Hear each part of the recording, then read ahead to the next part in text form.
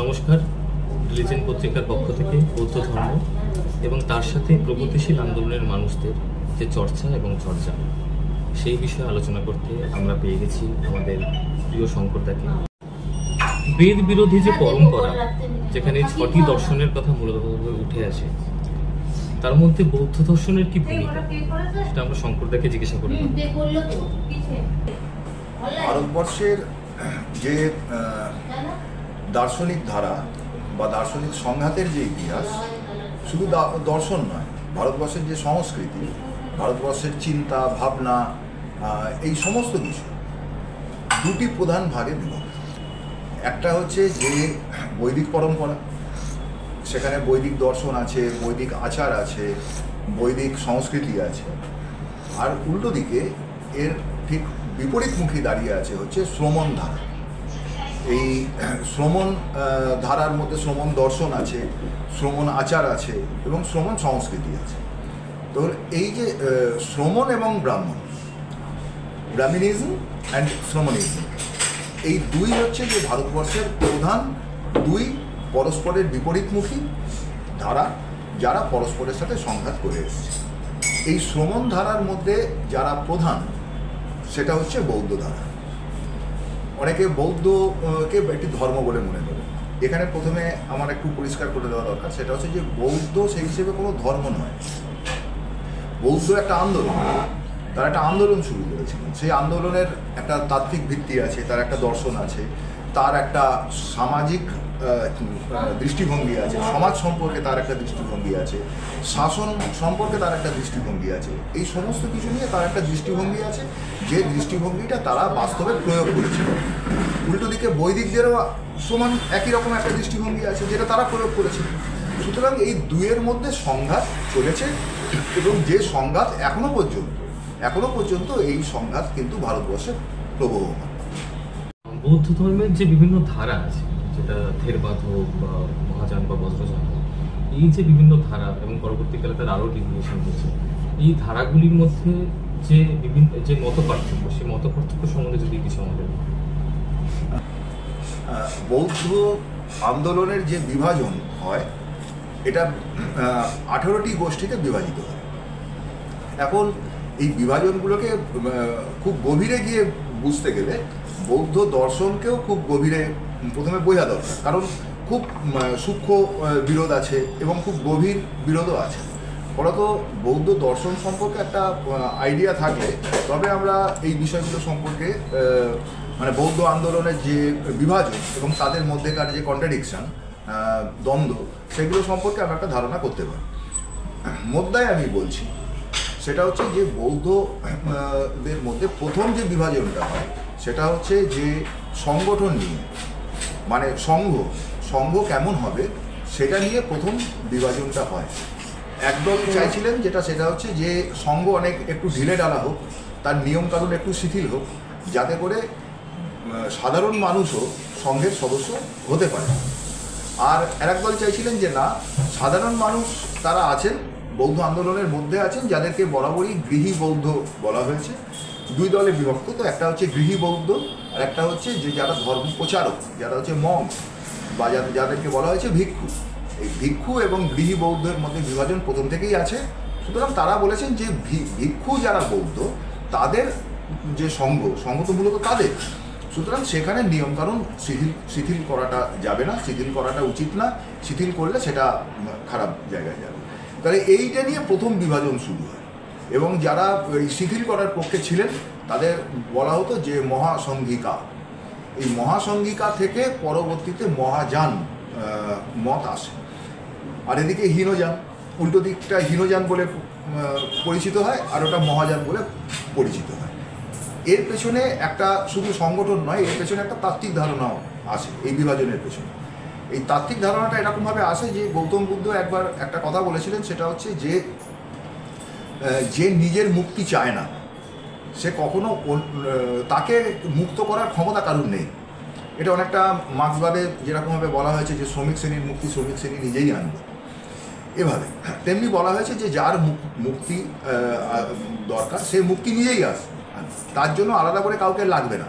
এবং সে যদি না চায় মুক্তি, তাহলে তার মুক্তি বাইরে থেকে গিয়ে কেউ দিতে পারে না। এরকম একটা কথা গৌতম বুদ্ধের আছে।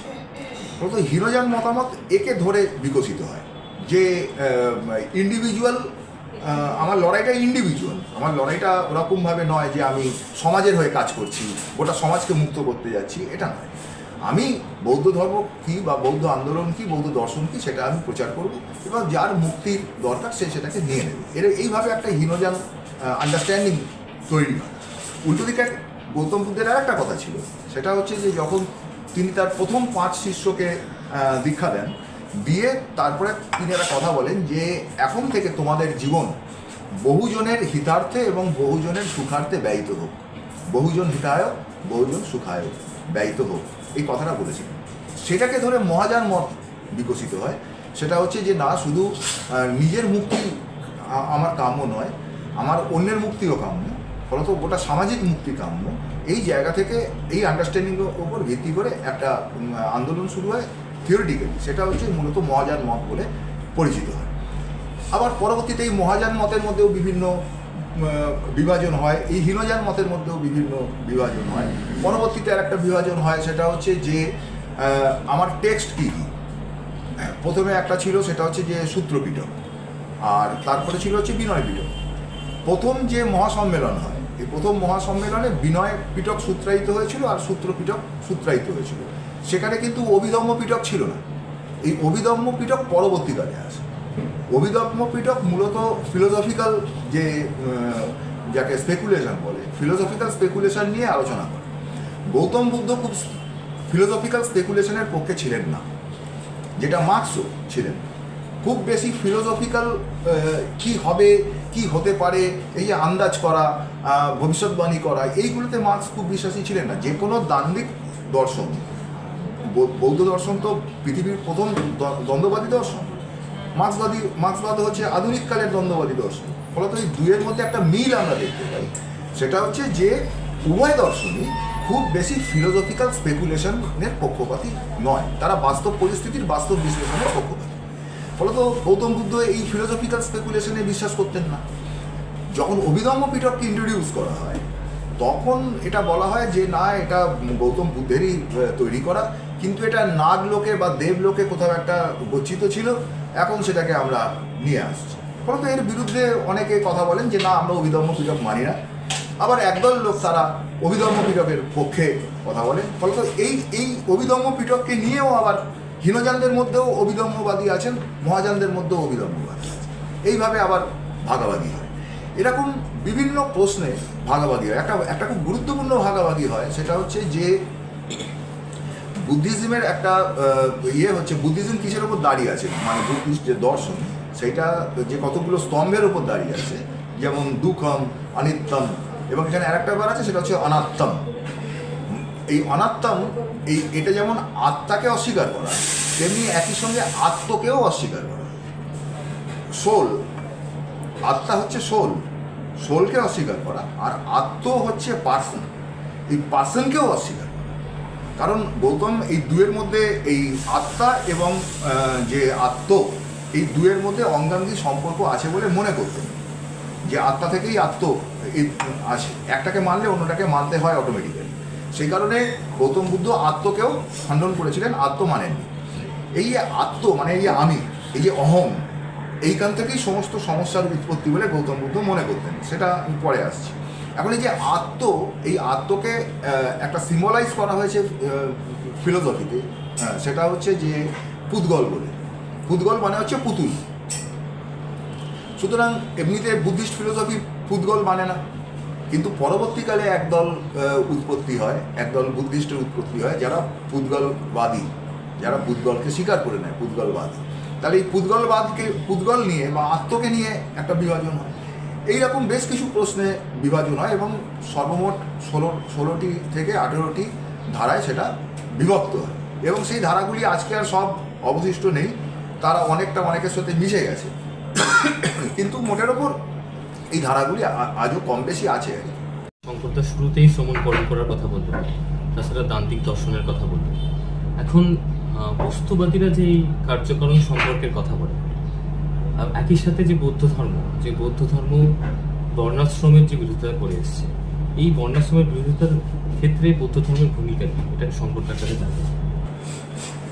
এখানে বুদ্ধ প্রথম থেকেই এই যে চতুর্বর্ণ সিস্টেম, এই চতুর্বর্ণ সিস্টেমকে তিনি প্রথম থেকেই অস্বীকার করেছেন, যে মানুষের মধ্যে ওই ধরনের কোনো জন্ম থেকে সে কোনো বিভেদ নেই। মানে হচ্ছে যে আমি ব্রাহ্মণ পিতার পুত্র হওয়ার সুবাদে আমি ব্রাহ্মণ হলাম, আরও শূদ্র পিতার পুত্র হয়ে শূদ্র হলো। এই যে পরম্পরা, বৈদিক পরম্পরা, এই বৈদিক পরম্পরাকে গৌতম বুদ্ধ অস্বীকার করেন। গৌতম বুদ্ধ বলেন যেটা হচ্ছে যে মানুষ সবাই সমান, সবাই সমান। তাদের মধ্যে ফারাকটা কি? ফারাকটা হয় সেটা হচ্ছে যে তার কর্মের মধ্যে কে কি কোন ধরনের কর্ম করছে, সেই কর্মের মধ্য দিয়ে, তার গুণাবলীর মধ্য দিয়ে, তার কর্মের মধ্য দিয়ে ভালো লোক তৈরি হয়, খারাপ লোক তৈরি হয়, উপকারী লোক তৈরি হয়, অপকারী লোক তৈরি হয়। সুতরাং বর্ণাশ্রম প্রথা যেটা আছে তাকে গৌতম বুদ্ধ প্রথম থেকেই অস্বীকার করেন, খারিজ করেন। কর্মফলের যে বিষয়টা, কর্মফলের বিষয়টা এখানে প্রথমত যেটা সেটা ভাববাদী কর্মফল তত্ত্ব আছে। এই ভাববাদী কর্মফল তত্ত্ব সেটা হচ্ছে যে একজন ব্যক্তি একটি কর্ম করল, সেই কর্মের ফলটি সেই ভোগ করবে, সেই এই জন্মে না ভোগ করলে পরের জন্মে ভোগ করবে। সুতরাং এইভাবে তার কর্মের ফলটা আছে।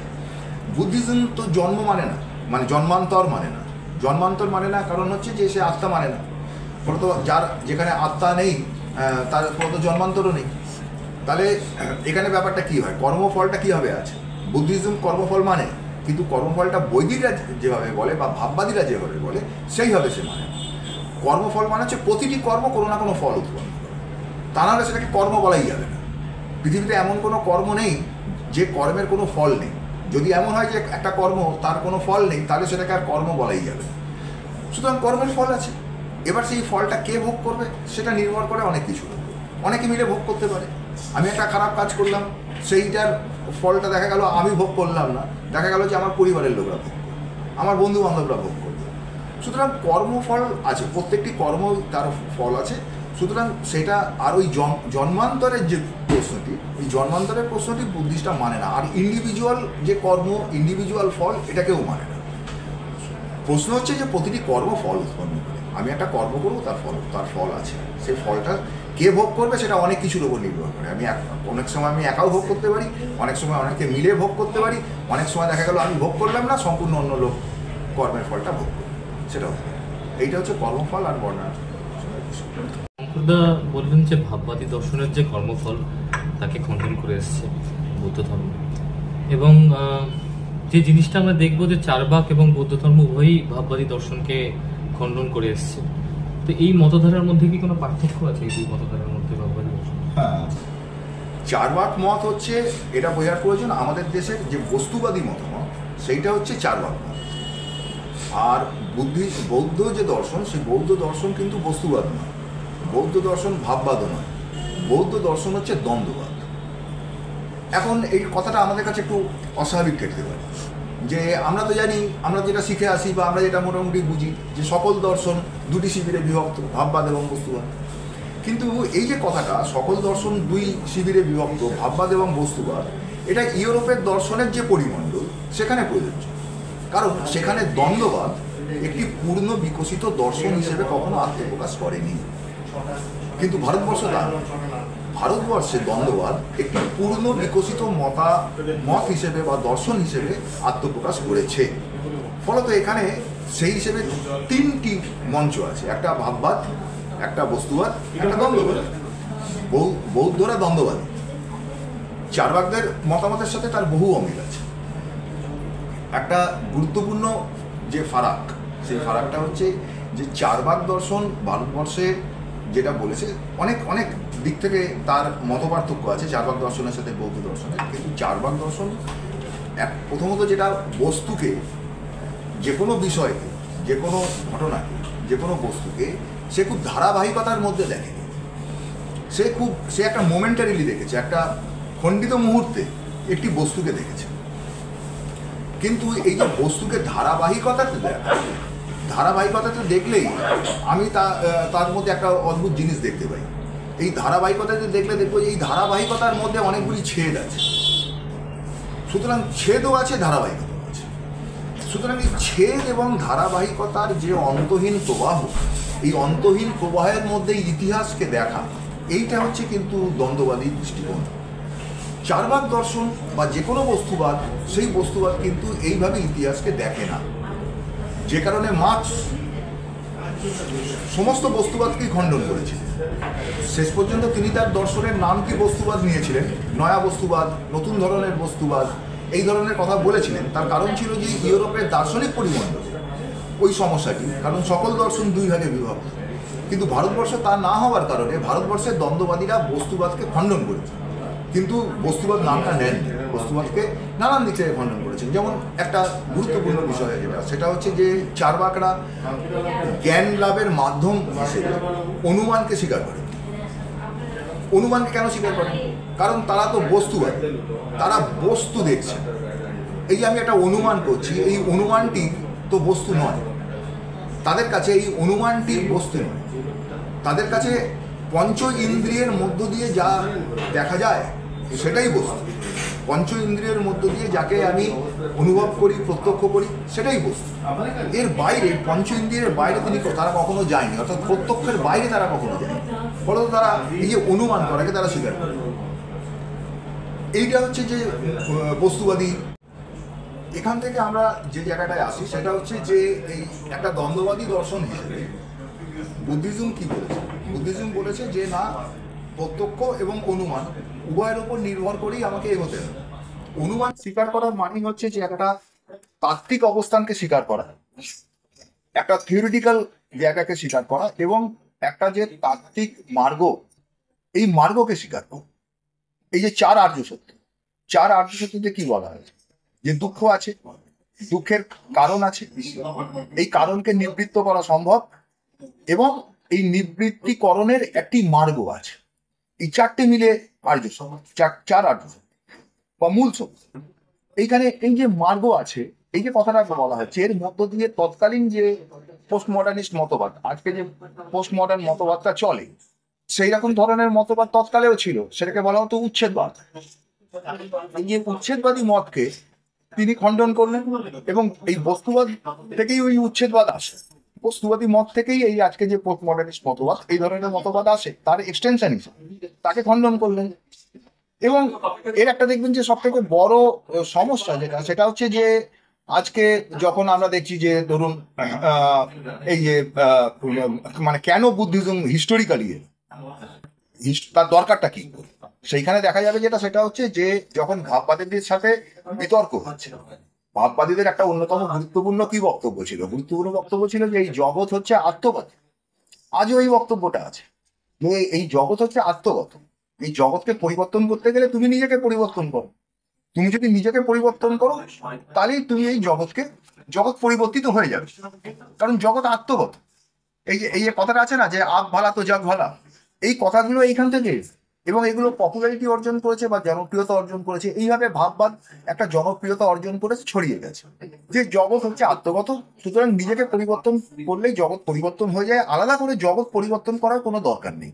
এই যে ভাববাদী মতামত, সেটা আজকের যুগেও যেমন আছে, তেমনি সেই যুগেও ছিল। সেই যুগেও তারা তাই কথাই বলতো। তো একে খণ্ডন করতে চারবাকরা কি, একে খণ্ডন করতে গিয়ে চারবাকরা বললো যে না, জগৎ আত্মগত নয়, জগৎ হচ্ছে বস্তুগত, অর্থাৎ অবজেক্টিভ। ওরা বলছিল আত্মগত মানে সাবজেক্টিভ, তো জগৎ হচ্ছে বস্তুগত মানে অবজেক্টিভ। এইবারে যখন ভাববাদীরা বললো যে জগৎ যে বস্তুগত, তাকে তুমি প্রমাণ করো, প্রমাণ করে দেখাও, চারবাকরা বলে এটাকে প্রমাণ করা যায়। কারণ তারা তো যুক্তিতে যাবেন না। অনুমান মানে তো যুক্তি, অনুমান মানে তো একটা তাত্ত্বিক অবস্থা, তাত্ত্বিকভাবে খণ্ডন করা।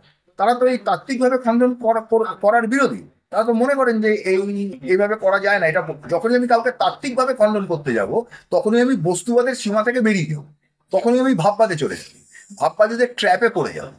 সুতরাং তারা বললেন যে না, এইভাবে খণ্ডন করা যায় না।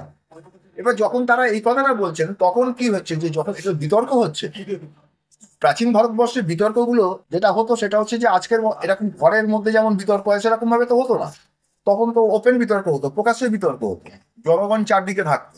সুতরাং এই বিতর্কগুলোতে যখন চারবাকরা এটা প্রমাণ করতে পারছে না, তখন তারা ক্রমশ কিছু ঘটে যাচ্ছে। এবং ওই ভাববাদী মতামত চালিয়ে যাচ্ছে যে না, জগৎ আত্মগত, জগৎকে আলাদা করে পরিবর্তন করার কিছু দরকার নেই।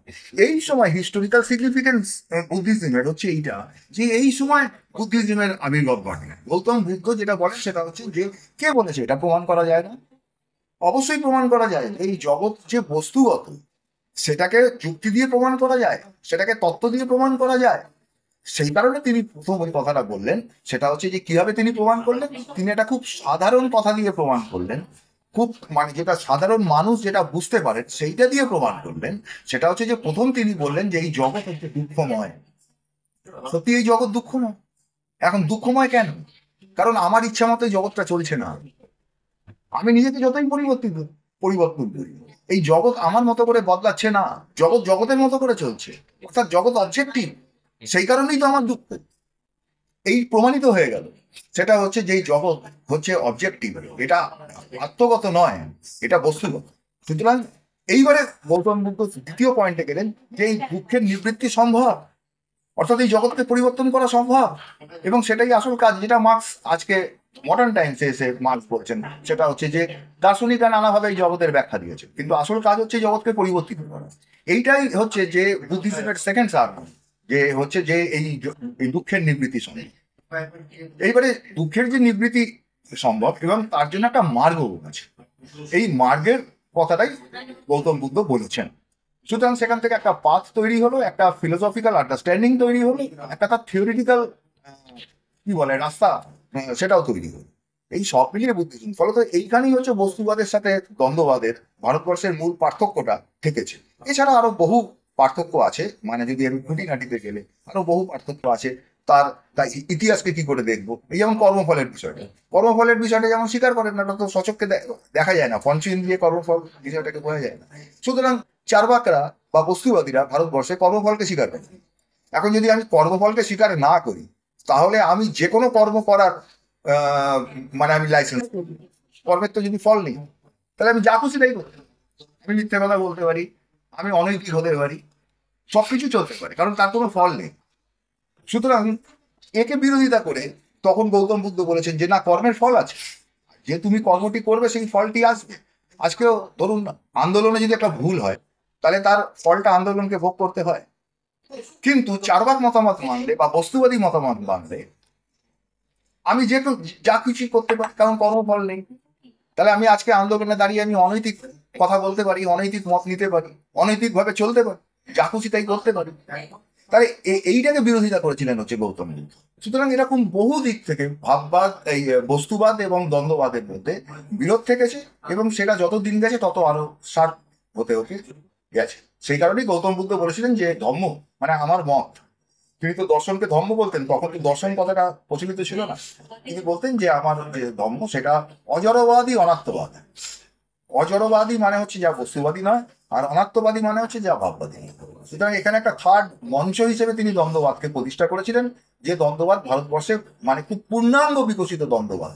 সুতরাং এখানে আমরা ওই থিওরিটা, ওই দৃষ্টিকোণটা এখানে আমরা সঠিক বলে মনে করি না, যে সকল দর্শন দুই ভাবে বিভক্ত, যে বস্তুবাদ এবং ভাববাদ। শঙ্করদা বললেন ভারতীয় প্রেক্ষিতে যে কিভাবে দর্শন, ভাববাদ, বস্তুবাদ এবং দ্বন্দ্ববাদে বিভক্তি হয়েছে। আমরা যদি তাকিয়ে দেখি, যে আমরা দেখতে পাবো প্রাচীন ভারতে প্রচুর পরিমাণে গণরাজ্য ছিল। আমরা যদি দেখি, এরকম শোনা যায় যে বুদ্ধ যেখানে জন্মেছিলেন সেই শাক্য রাজ্যেও কিন্তু গণপ্রতিনিধি ছিল। এখন শঙ্করদা এবং আমরা এরপরও আরো দেখতে পারবো যে বুদ্ধ বিভিন্ন সময় লিচ্ছবিদের যে সভা, সেই বিষয়ে তিনি প্রশংসা করেছেন। আমরা জানতে চাইবো এই গণরাজ্যগুলো এবং রাজতন্ত্রের সাথে বুদ্ধ ধর্মের সম্পর্ক কিরকম ছিল। ভারতবর্ষে যখন বুদ্ধিজম তৈরি হচ্ছে বা বুদ্ধিজম যখন আসছে, তখন আমাদেরকে প্রথম যেটা দেখতে হবে সেটা হচ্ছে যে তার যে সাপোর্ট বেসটা কোথায় ছিল, কাদের কাছ থেকে সে মানে সমর্থন পাচ্ছে, কাদের দ্বারা সে পুষ্ট হচ্ছে এবং কারা খুব সক্রিয়ভাবে তাকে সমর্থন করছে। কারণ একটা ধর্মমতকে বা ধর্মমত, বারবার আমি কথাটা মানে বলছি, কিন্তু এটা ভুল আর কি। এটা একটা আন্দোলন হিসেবে কথাটাকে বুঝতে হবে। একটা আন্দোলন তখনই সফল হতে পারে, এগিয়ে যেতে পারে, যখন সে একটা খুব শক্তিশালী সাপোর্ট বেস পায়। এবারে এই যে তার যে সাপোর্ট বেসটা, তার যে সমর্থনের যে জায়গা, সেটা কিন্তু প্রথমত যেটা ছিল সেটা হচ্ছে যে এই গণরাজ্যগুলি থেকে। এটা এক। দুই হচ্ছে যে এর যে এই সমর্থনের জায়গা, এটা ছিল হচ্ছে যে বৈশ্য এবং শূদ্রদের চারটি বর্ণ, ব্রাহ্মণ ক্ষত্রিয়। ব্রাহ্মণ ক্ষত্রিয়রা মূলত যেটা ছিলেন সেটা হচ্ছে যে বৈদিক ধর্মের পক্ষে বা বৈদিক যে আন্দোলন তার পক্ষে। ক্ষত্রিয়রা যারা গণরাজ্যে ছিল, সেই ক্ষত্রিয়দের মধ্যে থেকেই প্রথম বৌদ্ধ মতামত তৈরি হয়। আমরা জানি যে গৌতম বুদ্ধ নিজেও ক্ষত্রিয় ছিলেন এবং তার তার শাক্য বংশে জন্ম, এবং সেটা হচ্ছে যে মূলত ক্ষত্রিয় বংশ। কিন্তু গণরাজ্যের ক্ষত্রিয়রা কিন্তু প্রথম এই মতামতকে তৈরি করেন, এই বুদ্ধিস্ট যে মতামত সেই মতামতকে তৈরি করেন, যেখানে অনেক ব্রাহ্মণরা যোগ দেন।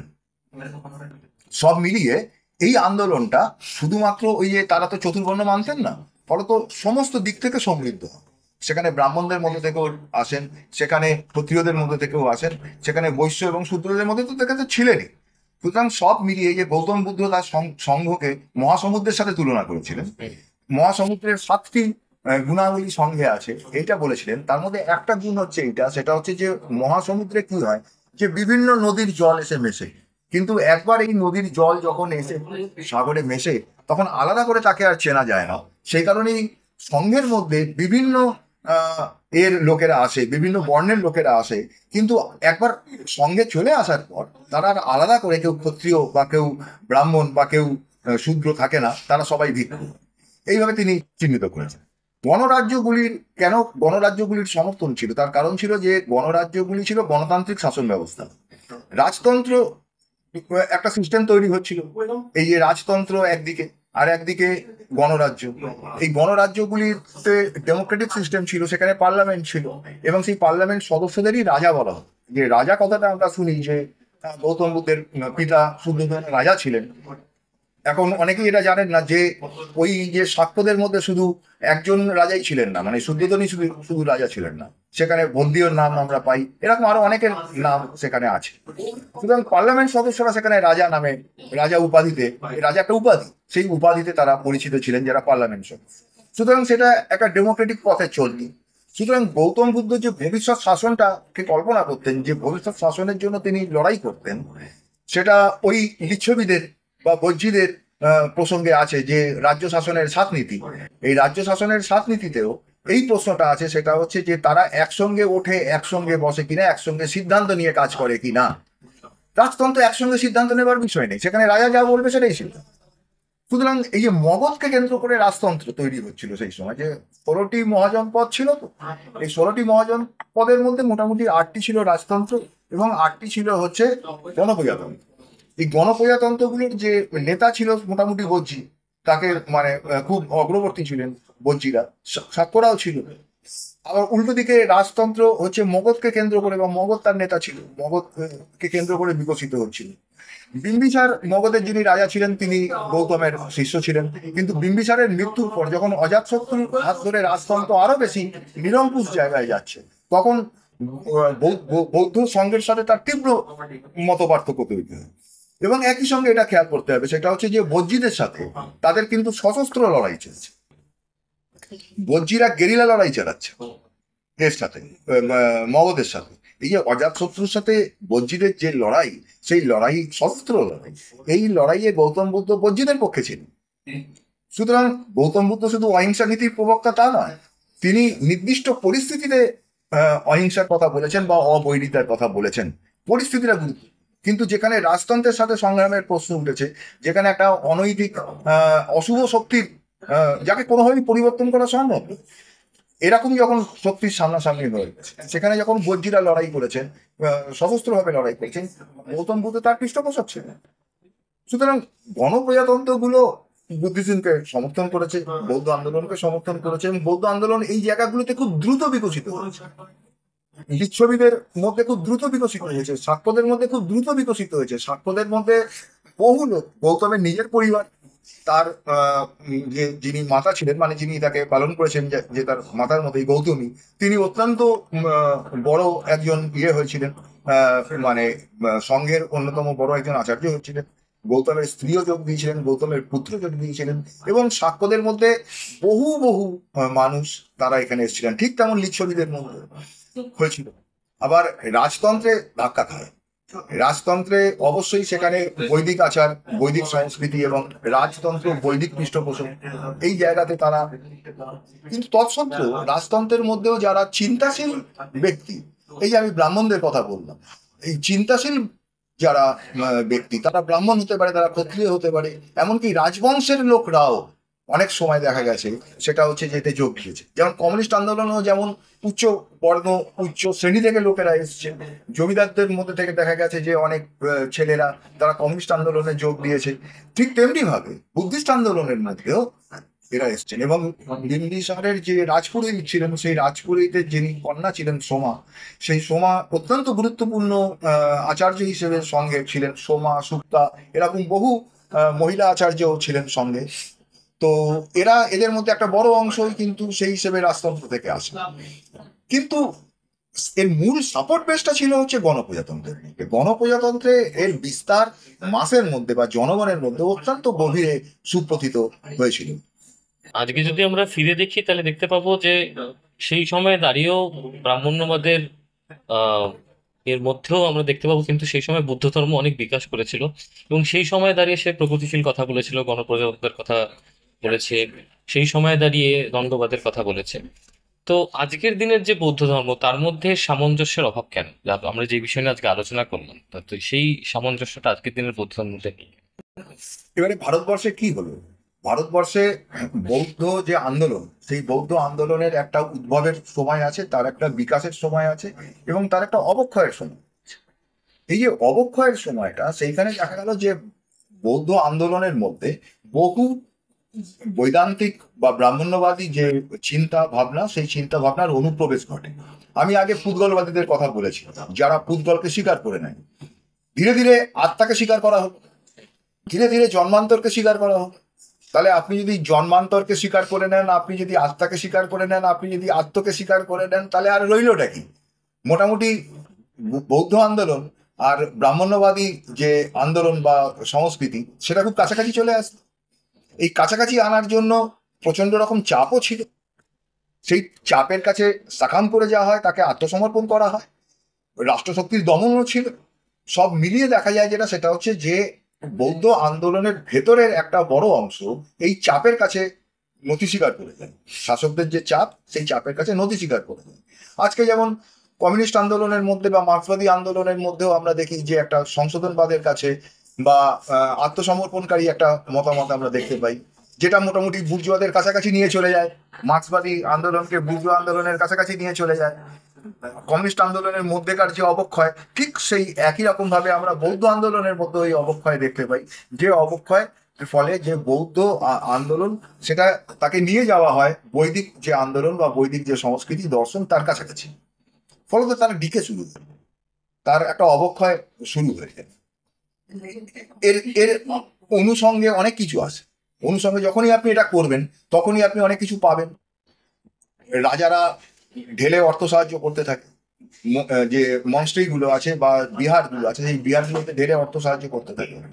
শ্রেষ্ঠীরা তো অর্থ সাহায্য করতেন, কারণ শ্রেষ্ঠীরা বৈশ্যদের মধ্যে ছিলেন। বৈশ্যরা প্রথম থেকেই, বৈশ্য এবং শূদ্রটাই প্রথম থেকে বৌদ্ধ আন্দোলনকে বিকশিত করেছেন। শ্রেষ্ঠীদের নিয়ে সমস্যা ছিল যখন হচ্ছে যে বৈদিক রাজারা, তারা যখন বড় আকারে অর্থ সাহায্য করতে শুরু করলেন, এবং তার সঙ্গে সঙ্গে এই ডেভিয়েশনগুলো, এই বিচ্যুতিগুলো চলতে থাকে। এই বিচ্যুতিগুলোর ফলে এই পুরস্কার স্বরূপ এই অর্থ সাহায্য হতে লাগলো, মনস্ট্রিগুলো বড় বড় সম্পত্তির মালিক হতে থাকে। এর ফলে যেটা হলো সেটা হচ্ছে যে বৌদ্ধ আন্দোলনের মধ্যে এক ধরনের অবক্ষয় দেখা গেল, যার ফল আজকে দেখা যাচ্ছে যে আজকে যে প্র্যাকটিসিং বুদ্ধিজম বা এই যে আচারিত যে বৌদ্ধবাদ, এই আচারিত বৌদ্ধবাদের মধ্যে আজকের দিনে আমরা এত অসঙ্গতি দেখতে পাচ্ছি। এমনকি যে বৌদ্ধ মৌলবাদের উৎপত্তি হচ্ছে, এই যে উইরাথুর নেতৃত্বে যে বার্মাতে যে 969 মুভমেন্ট, এটা তো প্রকৃতপক্ষে এক বৌদ্ধ মৌলবাদী আন্দোলন। এটা তো ভাবা যেত না যে বুদ্ধিজমের মধ্যে দিয়ে এটা হতে পারে, কিন্তু হয়েছে। এগুলো হয়েছে তার একটা বড় কারণ হচ্ছে যে বুদ্ধিস্ট যে মূল যে থিওরিটিক্যাল যে স্তম্ভগুলো, সেই স্তম্ভগুলোকে অপসারিত করা হয়েছে, তাকে ধ্বংস সাধন করা হয়েছে। এর বিরুদ্ধে শুদ্ধিকরণ আন্দোলন হচ্ছে, কিন্তু সেই শুদ্ধিকরণ আন্দোলনটা শেষ পর্যন্ত কন্টিনিউ করা যায়নি, সেটা ধারাবাহিক করা যায়নি। কথা প্রসঙ্গে বলে রাখি, প্রথম শুদ্ধিকরণ আন্দোলনটা হয় অশোকের সময়, সম্রাট অশোক। অশোকের যিনি আচার্য ছিলেন তার নাম হচ্ছে পুষ্যমিত্র, সরি, মোগলিপুত্র তিস্তা। এই মোগলিপুত্র তিস্য ছিলেন হচ্ছে যে তৃতীয় যে বৌদ্ধ সঙ্গীতই হয় সম্রাট অশোকের সময়। এই মোগলিপুত্র তিস্য ছিলেন সেই সম্মেলনের প্রেসিডেন্ট, প্রেসিডিয়ামের মধ্যে মুখ্য, একাধিক প্রেসিডেন্ট ছিলেন, প্রেসিডিয়ামের মধ্যে তিনি ছিলেন মুখ্য, মোগলিপুত্র তিস্য। এই মোগলিপুত্র তিস্য এই যে বিচ্যুতিগুলি, এই বিচ্যুতিগুলির বিরুদ্ধে তিনি কলম ধরেন এবং তার লেখা একটি বই আছে কথাবস্তু। এই কথাবস্তুর উপর ভিত্তি করেই তৃতীয় মহাসংগীতি হয়। এই কথাবস্তুতে প্রথম এই শুদ্ধিকরণ আন্দোলন করা হয়, এইগুলোকে খণ্ডন করা হয়, এই মতামতগুলোকে খণ্ডন করা হয়। কিছু বুদ্ধিস্ট শ্রমণকে পরবর্তীতে এর ফলস্বরূপ সঙ্ঘ থেকে বিতাড়িত করা হয়। এইগুলো ঘটে, এটা প্রথম। এবং তার পরে যেটা হয় সেটা হচ্ছে যে নাগার্জুন এই চেষ্টাটা করেছিলেন, এই যে শুদ্ধিকরণ যে আন্দোলন, তার যে মূল মাধ্যম আকাকারিকা, যে তার যে টেক্সট, সেখানেও এই এটা কিন্তু এই শুদ্ধিকরণ আন্দোলনটা পরে ধারাবাহিক চেহারা লাভ করেনি, সেটা খুব কন্টিনিউ হয়নি। ডেভিয়েশন কন্টিনিউ হতে থাকে, বিচ্যুতি কন্টিনিউ হতে থাকে, যার ফলে আজকে স্বয়ং বুদ্ধকে ভগবান বানিয়ে দেওয়া হয়েছে। বুদ্ধ তো ভগবানে বিশ্বাসী ছিলেন না, আজকে বুদ্ধকে ভগবান বানিয়ে দেওয়া হয়েছে। স্বর্গ, নরক, পাতাল, যমলোক, দেবলোক, নাগলোক, হ্যাঁ, প্রেত, ভূত, কি না ঢোকানো হয়েছে বৌদ্ধ তত্ত্বের মধ্যে। ফলত তার ফল যা হওয়ার সেই ফল হয়েছে। আমরা আলোচনা করলাম এবং আমরা প্রায় শেষ পর্যায়ে চলে এসেছি। এখন বৌদ্ধ ধর্মের কথা বলতে গেলে আম্বেদকরের কথা চলে আসে। এখন শঙ্করদাকে আমাদের প্রশ্ন থাকবে যে আম্বেদকরের যে বৌদ্ধ ধর্ম, আমরা আজকে যে বিষয়গুলো আলোচনা করলাম, মানে আম্বেদকরের যে প্রচারিত বৌদ্ধ ধর্ম, তার মধ্যে কি সেটা কি মানে সেই বৈশিষ্ট্যগুলো কি এক হয়ে যায়? না, আম্বেদকর মূলত বুদ্ধিজমের যে সামাজিক দিকটি আছে সেই সামাজিক দিকটিকে গ্রহণ করে, সামাজিক দিকটি মানে হচ্ছে যে এই যে চতুর্বর্ণ যে ব্যবস্থা তাকে খণ্ডন করা, শূদ্র ব্রাহ্মণ এই যে সিস্টেমটা আছে সেই সিস্টেমটাকে যে খণ্ডন করা, মূলত এই ধরনের যে সামাজিক বিষয়গুলি আছে সেই সামাজিক বিষয়গুলিকে নিয়েই আম্বেদকর এগোন। আম্বেদকর কিন্তু বুদ্ধিজম একটা বড় ব্যাপ্তি আছে, এই বড় ব্যাপ্তিতে কিন্তু বুদ্ধিজমকে গ্রহণ করেননি, করতে পারতেন না। বুদ্ধিজমকে বড় ব্যাপ্তিতে একমাত্র গ্রহণ করতে পারে কমিউনিস্টরা, কারণ অ্যাকচুয়ালি এটা তাদেরই মতবাদ। যেহেতু বুদ্ধিজম হচ্ছে যে ফান্ডামেন্টালি বা বেসিক্যালি একটা দ্বন্দ্ববাদী দর্শন এবং তার উপর আধারিত একটি বিষয়, তাকে কেন্দ্র করে সংঘ, তাকে কেন্দ্র করে গোটা আন্দোলন, ফলত এটাকে বিকশিত করতে পারে, ধরতে পারে, এগিয়ে নিয়ে যেতে পারে সেটা হচ্ছে কমিউনিস্টরা, কারণ তাদের মধ্যেই সেই সেই কন্টিনিউটি আছে। সেটা তারা উপলব্ধি করুক বা না করুক, সেই কন্টিনিউটি তাদের মধ্যে আছে। কিন্তু আম্বেদকর যেটা করেছিলেন, আম্বেদকর তার সামাজিক দিকটি শুধু নিয়েছিলেন, অনেক কিছু, যেমন অনিত্যতার তত্ত্ব। অনিত্যতার তত্ত্ব নিয়ে আম্বেদকর যে খুব কাজ করেছেন বা তার মতামত এতে এসছে সেটা সেটা নয়। আত্মগঠন, এই আত্মগঠনের জায়গাটাও তিনি খুব নেননি। আত্মাকে খণ্ডন করা তো ঠিক আছে, কিন্তু আত্মকে খণ্ডন করা, এই এই জায়গাটাতেও কিন্তু আম্বেদকর খুব আত্মকে খণ্ডন করে যে তিনি খুব কিছু ফর্মুলেট করেছিলেন, বা তার উপর যে তিনি দলিত আন্দোলন বা শূদ্রদের যে আন্দোলনকে দাঁড় করিয়েছিলেন, এমনটা নয়। এটা এইগুলো সবটাই করার প্রশ্ন হচ্ছে বড় আকারে, সেটা হচ্ছে কমিউনিস্টদের। আম্বেদকর একটি অ্যাসপেক্টকে নিয়েছিলেন, সেটা হচ্ছে যে তার যে সামাজিক রূপটি আছে সেই সামাজিক রূপের প্রশ্নটিকে এনেছিলেন। এমনকি রাজনৈতিক দিকটিও আম্বেদকর পুরোপুরি ধরেননি বা ধরতে পারেননি, এটাও ধরতে পারে কমিউনিস্ট। কারণ হচ্ছে যে বুদ্ধিজম মূলত তো সাম্যবাদের উপর দাঁড়িয়ে রয়েছে। ব্যক্তিগত সম্পত্তি, গৌতম বুদ্ধ তো মানেননি ব্যক্তিগত সম্পত্তি, সুতরাং ব্যক্তিগত সম্পত্তির যে অবলোপের কথা কমিউনিস্টরা বলে সেটাও কিন্তু হতে পারে, সেটা হচ্ছে যে বৌদ্ধ আন্দোলনেরই ধারাবাহিকতা। সুতরাং আম্বেদকর যেটুকু ধরতে পারতেন বা যেটুকু ধরা তার কাছে প্রাসঙ্গিক ছিল সেইটুকু তিনি ধরেছিলেন। অনেক জায়গায় সেই কারণে তিনি এটাকে নিও বুদ্ধিজম বা নয়া বৌদ্ধবাদও এই কথা বলেছেন, এবং আজকেও যারা দলিত বুদ্ধিস্ট আছেন আর কি, তারাও এই ধরনের কথাই বলেন। তারাও বৌদ্ধবাদকে খুব একটা জায়গা বা একটা দুটো অ্যাসপেক্টের ওপরই দাঁড় করান, সমগ্রভাবে না। একদম শেষে চলে এসেছি এবং আজকে সত্যি আমরা সমৃদ্ধ হলাম এবং বৌদ্ধ ধর্মের এই যে রূপ, মানে এই যে তার মধ্যে এত কিছু লুকিয়ে রয়েছে সেটা আমরাও জানলাম, আমরা অনেক কিছু শিখলাম। আমি শঙ্করদাকে শেষে একটু সাম আপ করতে বলবো এই বলে যে আজকের দিনে দাঁড়িয়ে এই ধর্মমতের কি কোনো গুরুত্ব রয়েছে? হ্যাঁ, এই ধর্মমত নয়, এটা হুম, একটি আন্দোলন। হুম, আমরা সেই হিসেবেই দেখবো। আমরা বুদ্ধিজমকে ধর্ম হিসেবে দেখবো না, বা বুদ্ধিজমকে যারা ধর্মে পরিণত করার চেষ্টা করেছে তাদের বিরোধিতা করবো। বৌদ্ধ আন্দোলনের ধারাবাহিকতা আজকের দিনে হচ্ছে মার্ক্সীয় আন্দোলন। এটা আমি আগেও উল্লেখ করেছি। আমি এই প্রশ্নে এই জায়গাটায় জোর দেবো, সেটা হচ্ছে যে ভারতবর্ষে মার্ক্সীয় আন্দোলন হচ্ছে যে ভারতবর্ষে যে বৌদ্ধ আন্দোলন তার ধারাবাহিকতা এবং তার একটি উন্নততর রূপ, আধুনিক রূপ বলা যেতে পারে, আধুনিক রূপ। সুতরাং অবশ্যই তার ইয়ে আছে, গুরুত্ব আছে। দেবীপ্রসাদ চট্টোপাধ্যায় তিনি আমাদের কাছে খুবই শ্রদ্ধেয় ব্যক্তি।